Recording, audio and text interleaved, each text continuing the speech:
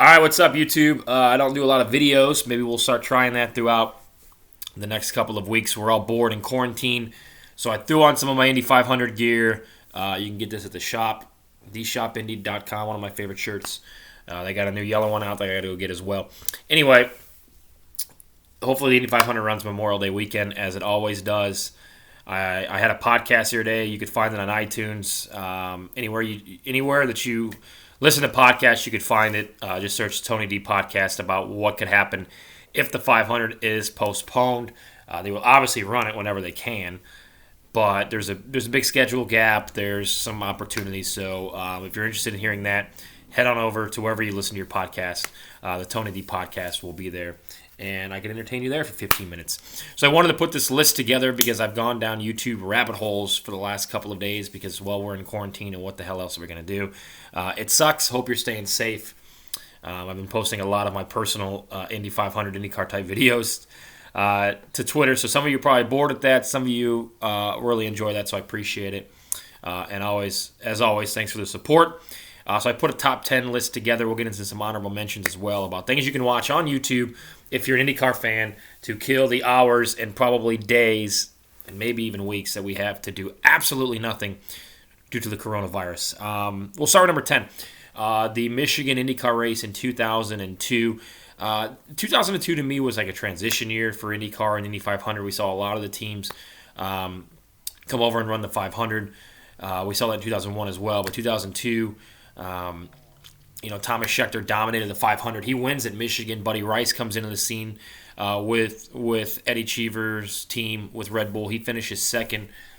We see Sam Hornish Jr. lead laps. Sarah Fisher has a great car in this race. It rained the night before, kind of washed the track clean. I was there. I remember sleeping in the back of my grandpa's truck because it was raining. It was like, I think every time I ever went to Michigan for an IndyCar race, it rained and stormed at least once. But this was a competitive race, a really competitive race. Scheckter has to come from like 12th with about 25 laps to go.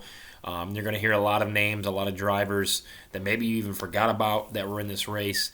Fun to go back and watch, but I think it's one of the most competitive races I've ever been to. So I'll put that in the top 10 list. Number 9, Dan Weldon's 2005 Indianapolis 500 win, and obviously Danica kind of steals the headlines. You could also put this with the 2011 500 because that I thought was a transition year as well. Was the 11 500, obviously new car. A lot of drivers in that 500 field. It was their last attempt at the race. Guys like Thomas Scheckter, guys like Paul Tracy, Davey Hamilton, John Andretti.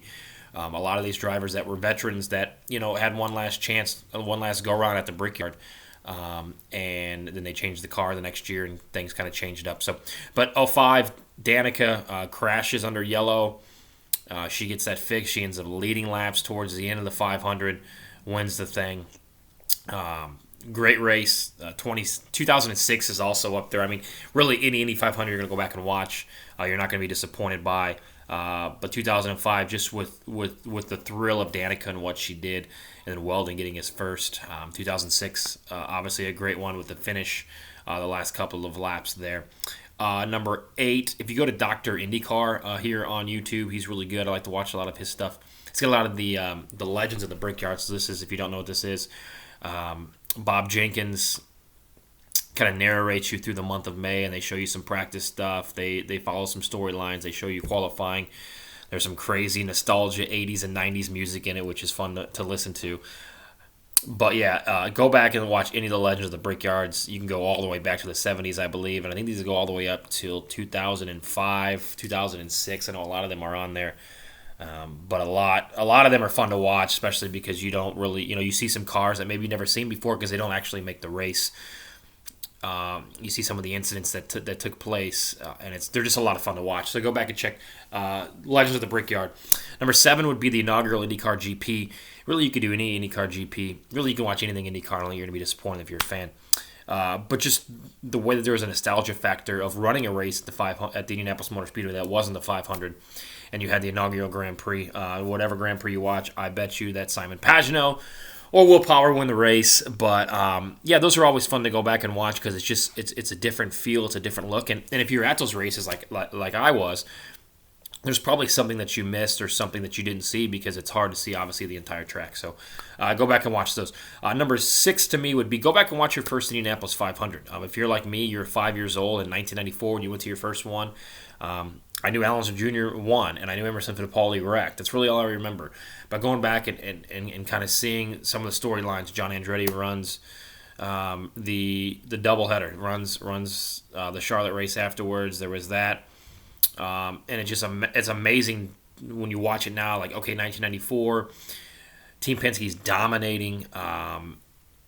Alonso Jr., Emerson Fittipaldi have the best cars. Emerson wrecks, Al Jr. wins. But then you think about, okay, they don't come back to the Speedway until 2001 because they don't make it in 95. And then obviously the split, and they end up going to kart. So go back and watch your first 500.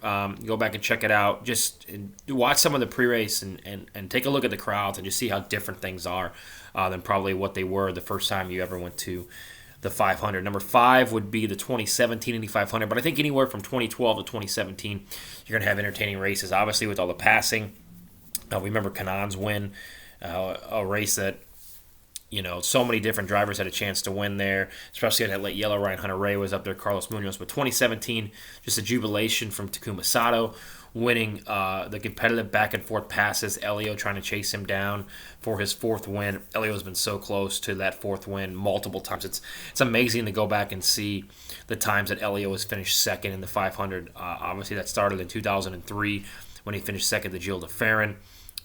Some other really close finishes where he finishes second. So crazy to think that he could have his 4th, and he's still gunning for it. Number 4 would be the Fontana IndyCar race in 2015. It was very competitive. We saw Ryan Briscoe flip. Graham Rahal wins the race. It's actually the race that Will Power blocked me on Twitter for a while, for a couple of years actually. I'm unblocked now, so that's good. But that was a really competitive race at Fontana, back and forth. It sucked that race took place in front of 2,500, 3,000 people. Number 2 would be the 2016 Indy 500. Also, if you type in Alexander Rossi 2016 Indy 500, there's a little documentary. I think it's 15 or 20 minutes long, where you can go through, and it kind of tells you the strategy. They had cameras rolling. Brian Herta trying to calm Alexander Rossi down, saying, "Look, we can make this fuel mileage. If we make it, we're going to win." And just the whole clutch and coast nature of that video. Him and I also did a video. I don't know if it's still up. The former employer probably took it down. But that's cool to go back and watch that. And if you watch it from about lap 120 on, and you know now what Rossi ends up doing, you can kind of follow his path, going to the back of the field, coming back up, leading, going back to the field, coming back up, and stretching the fuel mileage. Number 1, go back and just type in Delta Force Indy 500. If you're a 500 fan and this doesn't put chills on your arms, makes the hair stand up on your legs, I don't know what will. The Delta Force entries are awesome. The Mario one, through his eyes, is great when he finishes his last 500 in 1994. There's a lot of behind-the-scenes stuff that you can watch. Some honorable mention for some newer stuff. Juncos Racing has a little quick, I think a 5-6 minute, series, short film on making the 500 last year. Marcus Ericsson has a short series on moving over to Ganassi Racing. That's pretty cool. It kind of goes through the test at COTA, which was last month. I don't know. I don't even know what today's date is, to be honest with you.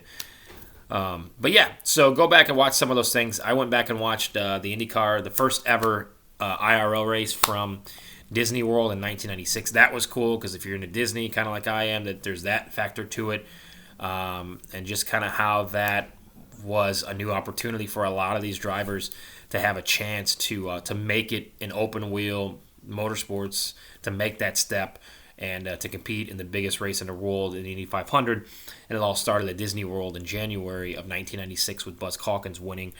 So that's fun to go back and watch. It was kind of like a it was kind of like a mini Indy 500, to be honest with you, because they had bands playing, they had all these festivities, parades. Obviously, you're at Disney World, so there's a big Mickey and Minnie presence to it. And then Buzz Calkins goes on to win it. So let me know what else you're watching. There's so much out there. This sucks, I know, but hey, let's all try to get through this together. Stay safe, and let's hope that the month of May goes smooth and on schedule as planned.